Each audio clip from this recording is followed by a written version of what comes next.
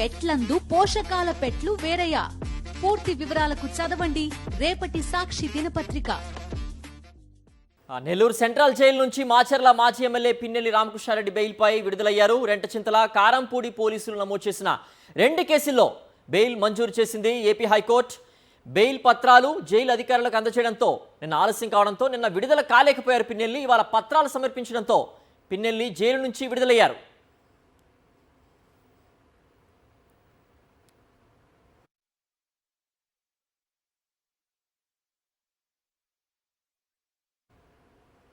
Nellore jail వద్ద మాజీ మంత్రి కాకాని గోవర్ధన్ రెడ్డి మాట్లాడుతున్నారు. ఇప్పుడు లైవ్ చూద్దాం.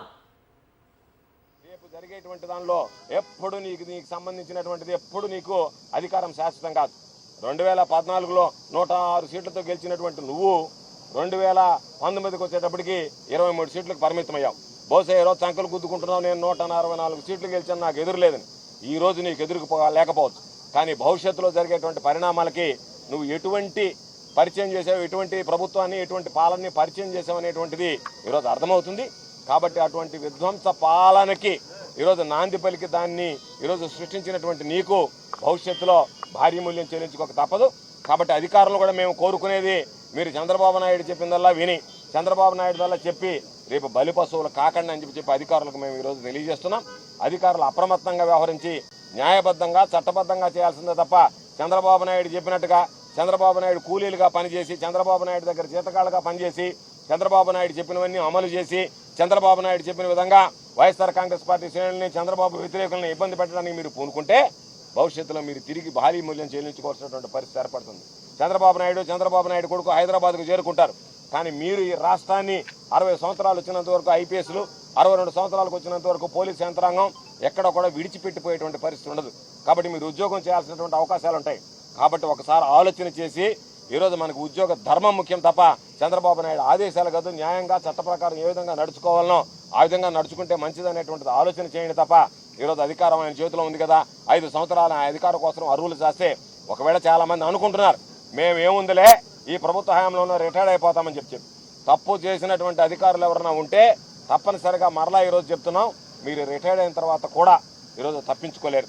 కాబట్టి అధికారం ఎవరికి శాశ్వతం కాదు. ప్రజలు ఎవరికి తీర్పునిస్తే వాళ్ళు ఆ పీట మీద కూర్చుంటారు. కాబట్టి మేము కూర్చున్నాం కదా, మేమే ఏదో నియంత్రణలాగా విర్రవేగుతాం, నియంత్రణలాగా పరిపాలిస్తామంటే భారీ మూల్యం చెల్లించుకోవాల్సినటువంటి పరిస్థితి ఏర్పడుతుంది. మరలా చెప్తున్నాం, వైఎస్ఆర్ కాంగ్రెస్ పార్టీ శ్రేణులు ప్రతి ఒక్కరూ, వైఎస్ఆర్ కాంగ్రెస్ పార్టీ కార్యకర్త దగ్గర నుంచి, నాయకుడి దగ్గర నుంచి, సానుభూతి పరుడి దగ్గర నుంచి జగనన్న కోసం ఈరోజు ప్రాణం ఇవ్వడానికి రాష్ట్ర ప్రజలు సిద్ధంగా ఉన్నారు. 100 రోజుల పరిపాలన గురించి ఆలోచన చేసి చంద్రబాబు నాయుడు చెప్పాడు, 100 రోజుల పరిపాలనలో నేను బ్రహ్మాండమైనటువంటి పరిపాలన అందిస్తాను, 100 రోజుల్లో మీరు చూడండి సహబాష్ చంద్రబాబు నాయుడు అనిపిస్తానని చెప్పినటువంటి చంద్రబాబు నాయుడు ప్రజలు చీకొట్టుకునేటువంటి విధంగా, చీచి ఇటువంటి వాడికి ఎందుకు ఓట్లు వేసాం అనుకునేటువంటి విధంగా, ఇటువంటి ప్రభుత్వాన్ని ఎందుకు తెచ్చుకున్నాం అనేటువంటి విధంగా, ఇటువంటి పరిపాలన ఎందుకు తెచ్చుకున్నాం అనేటువంటి బాధపడేటువంటి విధంగా ఈరోజు చంద్రబాబు నాయుడు ప్రయత్నించడం జరుగుతుంది. కాబట్టి మరలా చెప్తున్నాం, కేసులకి, అరెస్టులకి, జైళ్ళకి భయపడేటువంటి వ్యక్తులం కాదు. నీ మీద నువ్వు చేసినటువంటి తప్పిదాలను ఎప్పటికప్పుడు ఎండగడతాం. నువ్వు ఏ విధంగా ప్రవర్తించినా సరే అధికారం నీ చేతిలో ఉంది కదా అని ఎవరి మీద కేసులు పెట్టడానికి ప్రయత్నించినా, ఎవరి మీద కక్షాదంతులకు పెట్టుకున్నా సరే ధైర్యంగా ఎదుర్కొనేటువంటి మనోధైర్యం మా నాయకుడు మాకు ప్రసాదించాడు. కాబట్టి తప్పనిసరిగా రాబోయేటువంటి రోజుల్లో వైఎస్ఆర్ కాంగ్రెస్ పార్టీ శ్రేణులంతా నేను అనుకుంటున్నా ఇదే కూడా కొనసాగితే, ప్రజలు రోడ్డు మీదకి రావడం మొదలు పెడితే బహుశా చంద్రబాబు నాయుడు పరిపాలన కూడా 5 సంవత్సరాల కాలం పాటు చేయడం కూడా ప్రశ్నార్థకంగా మారేటువంటి పరిస్థితి ఏర్పడుతుంది. అటువంటి పరిస్థితులు ఆంధ్ర రాష్ట్రంలో ఉత్పన్నమవుతున్నాయి. ఎన్నడూ లేనటువంటి శాంతి భద్రతల సమస్యలు తలెత్తున్నాయి.